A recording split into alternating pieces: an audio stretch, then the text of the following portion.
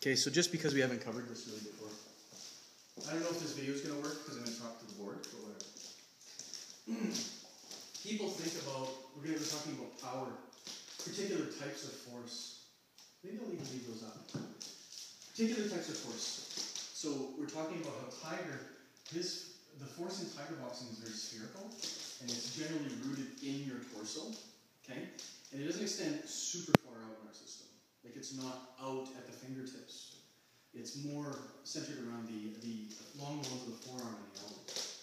But this type of spherical power in the torso isn't isolated to tiger. This is what I want to tell you about. So let's look at our diagram, right? So our fighting diagram is 8-sided. And we go, tiger's over here, Shingy's over here, whatever. Doesn't even matter what these are.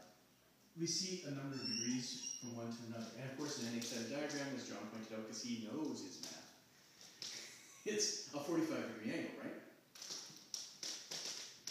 45 degrees in this metaphor, though, it's too many degrees. People think you have to turn it too far to be something else. So if we take a single thing, I'm going to change the diagram here. Let's take a single thing, right? Like, what's a good...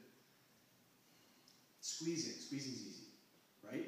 Making a spacing between like your elbow and your knee and squeezing the space in 2 directions. So not just this way, but this way as well, vertically as well as horizontally.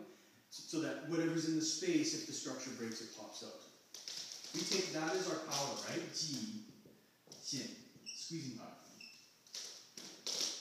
We can look at all of the systems and say, is there squeezing power in every one of them? Sure there is. Right? Of course there is. I mean, every single Kung Fu style does that on a certain level. But say, I don't know, every Kung Fu style does it. Let's make an arbitrary comment about it. Let's say that Taiji does it a lot. Okay? Because Taiji does it a lot. Let's say that Shingi, however, doesn't do it very much.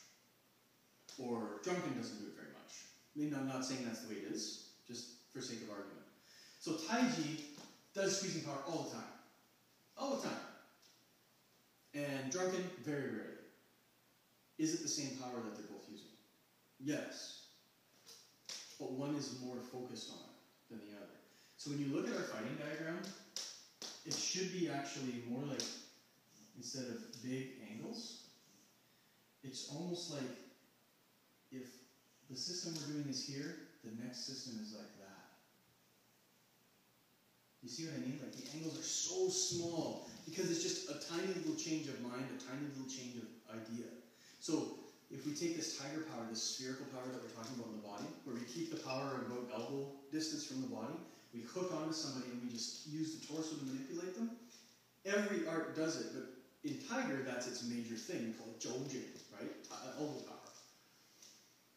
So it pops its head up in all the arts, but each one has a master energy. So in our system, we have master energies, right? That doesn't mean it's exclusive to that system. This is the point I'm trying to make. Tiger power isn't only in tiger, right? What we're talking about, this heavy spherical power, isn't only present in tiger. It's present in other things. It might not be present in something, or it might just happen so incredibly rarely that you never run into it. But it doesn't mean it's not there. Don't think of the systems as far away from each other. Think of the systems as close to one another. Think of all the martial arts as close to one another. So that instead of a big circle with big 45-degree angles, you start to maybe get something more like this. A continuum of martial arts where the angles are very similar to one another.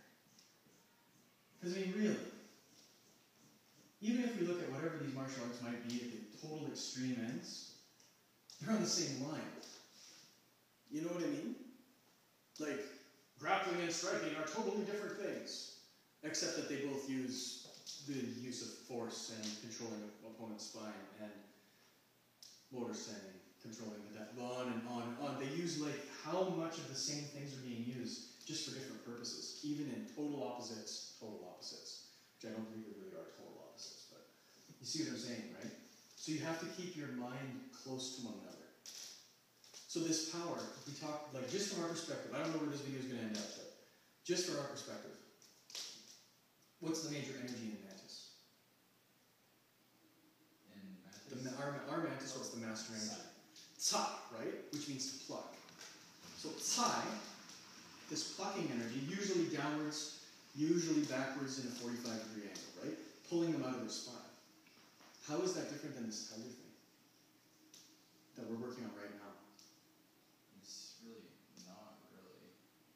It almost isn't, is it? Thing, but what? But yeah. There's just like a little change in angle, heaviness Angle? in the chest. Yeah. There's more round feeling to it. That's a big part of it, yeah. And So tsai is like very linear, angular, right? Tsai. Then you've got your tiger, right? So you've got your mantis guy doing this, right? Mantis starts rocking somebody downwards. But you've got your tiger guy, who essentially looks like this big sphere with claws on it, which are not claws in our system, they're hooks. He just hooks on it and he rolls the sphere. So the power, this plucking energy, almost does this instead, right? Right? And the power, because it's yin yang, the power rolls around the other side of the sphere. And this is actually kind of how tiger works. It rolls over the sphere and then kind of through the sphere into whatever part of the body it needs to. They're almost the same energy, but they feel different. If they're done to you, they don't feel the same, right? Tiger does it with heavy power, right? So it's weighted. So it grabs onto you and there's all of this heavy force that hits you, which drags you down. And drags is a good word here. It drags you to the floor. Mantis touches you, hooks on, and there's this explosive, fast, linear, angular thing that just kind of rips you in a particular direction. But those are different things, right? Even though from the outside you can say the movement almost looks identical. And in a way, the power is almost identical. But the quality of the power is different. That's why it's not Li, it's Jin. Make sense? Because if it was Li, if it was physical strength, it would mean I grab onto you and I do a thing where you go down. And it's not any more refined than that. Well, that's fine. But then the mantis pluck and the tiger pulling the lamb to the ground are suddenly the exact same move. Like, exact same move. It just has different appearance. This versus this, big fat hairy deal.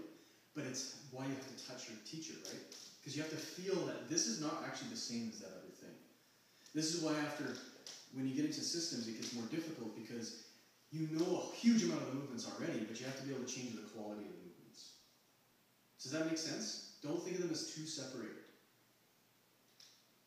Any questions? I mean, this is maybe a little bit too crazy. No, this is good.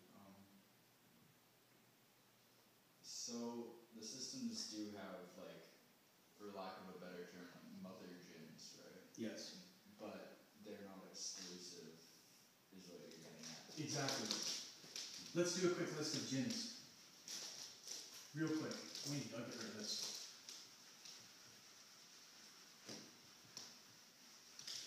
I'm just going to start and restart this.